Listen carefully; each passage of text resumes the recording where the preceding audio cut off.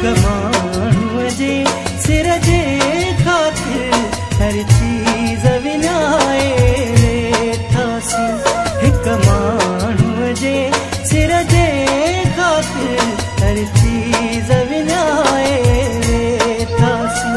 सुख हासिल करण जी कोशिश में, सुख हासिल करण जी कोशिश में, सुख हासिल करण जी कोशिश में सुख चैन फिटाए वेठासीं।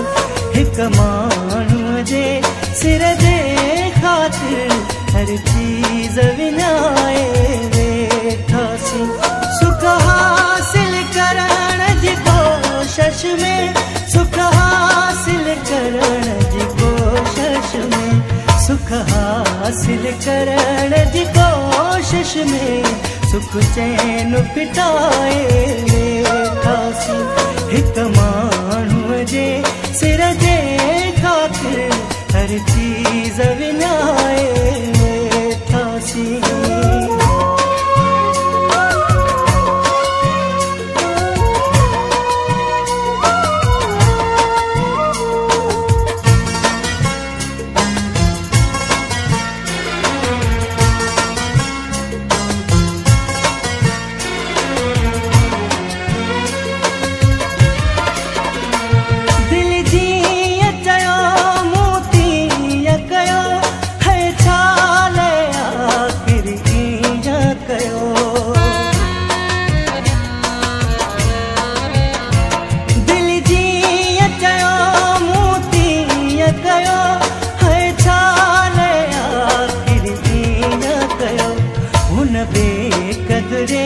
जे चवण ते लगी पंजवण ई वॼाए वेठासीं।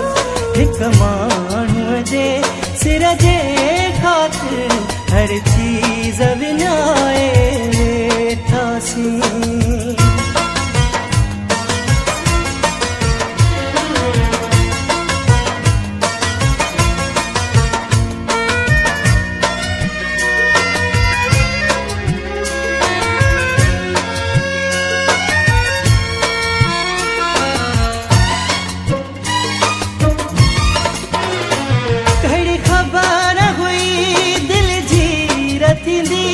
पुरज़ा पुरज़ा ऐं तीर थींदी,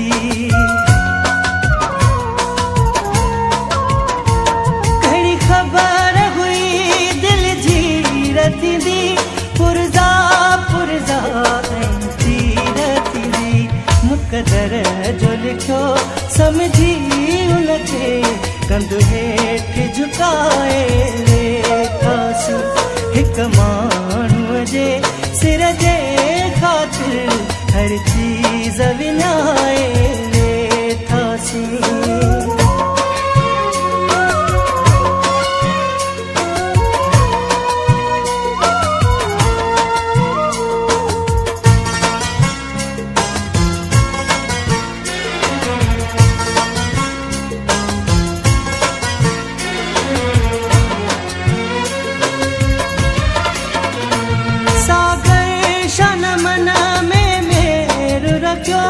पोइ वेर न छाल वेर रखियो,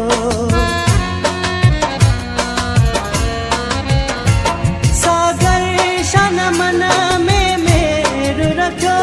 पोइ वेर न छाल वेर रखियो, पंहिंजो होश ठिकाणे आयो जॾहिं सभु साथ लुटाए वेठासीं।